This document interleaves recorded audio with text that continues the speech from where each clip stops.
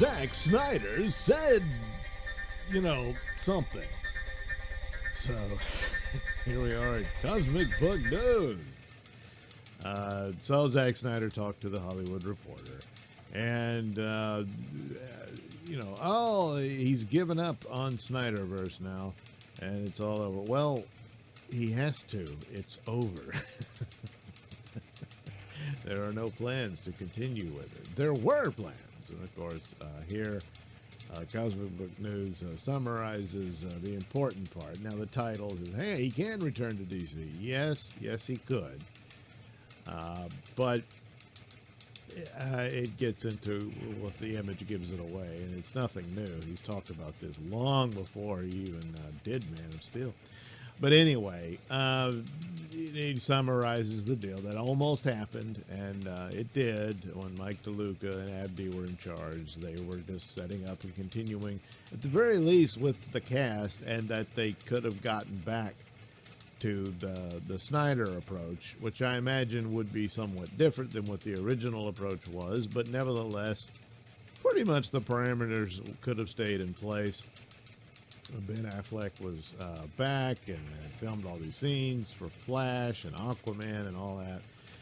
And then him trapped in the multiverse would have been a conclusion of the Flash leading to a final crisis scenario. So it didn't happen. It got scrapped because it would cost too much. So, and here he goes, Matt McClellan saying, hey, Zaslav wanted Gunn to go cheaper.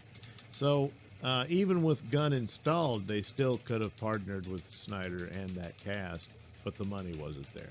And I think that's all there really was to it. It was not a totally creative decision and that sort of thing.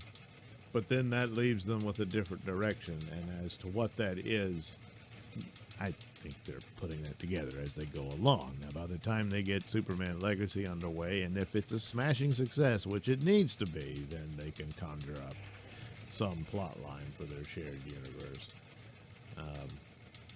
down the road. But anyway, there's this quote. He talked to James Gunn, and they go way back to Dawn of the Dead, which James Gunn wrote, and Zack Snyder directed.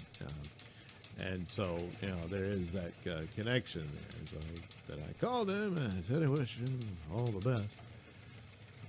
Snyder would later say about Gunn moving into his old fortress of solitude. I told him I wanted it to work. Yeah. So there you go. It's the nice thing to do and all of that. So the article in Hollywood Reporter does go on about that he's moved on. He's got into making pottery. And of course, he's got his next Netflix films with he did Army of the Dead, and now this Rebel Moon sci-fi adventure movie that was originally pitched as a Star Wars film, and so we'll see what that's all about, and hopefully it's much better than Army of the Dead. I thought Army of the Dead was terrible. I did not like it. Most of Snyder's films I do like. But that one in particular, no. So hopefully Rebel Moon does much better than that. But as far as one day returning to DC, he talked about he would like to do a full-on adaptation of Dark Knight Returns. And that's been on his mind for a long time, because I remember interviews when he did Watchmen that Dark Knight Returns was a project he wanted to tackle. And for him, I think Dark Knight Returns and Watchmen is the bulk of his knowledge of DC Comics. I think that's really what those books became a big deal in the 80s, and people that were outside of the comics and whatnot were impressed by them. And so it had that reach beyond, comic book superhero fandom and that sort of thing. And so it stands to reason that a guy that might not have been all that into it enjoyed that story, and it had an impact on him, and he thought it was a cool one, and he would like to put that on film. When it came time for Batman versus Superman, he saw this as his opportunity to borrow from that story probably thinking he would never get the chance to do Dark Knight Returns. But with all the problems, even though I did like Batman versus Superman, the director's cut, the story's more, it's still a very flawed film, and for the the variety of reasons, and especially since it was constructed to do what Marvel did in several films, to do it in one, which is virtually impossible to do. All kinds of stuff like that.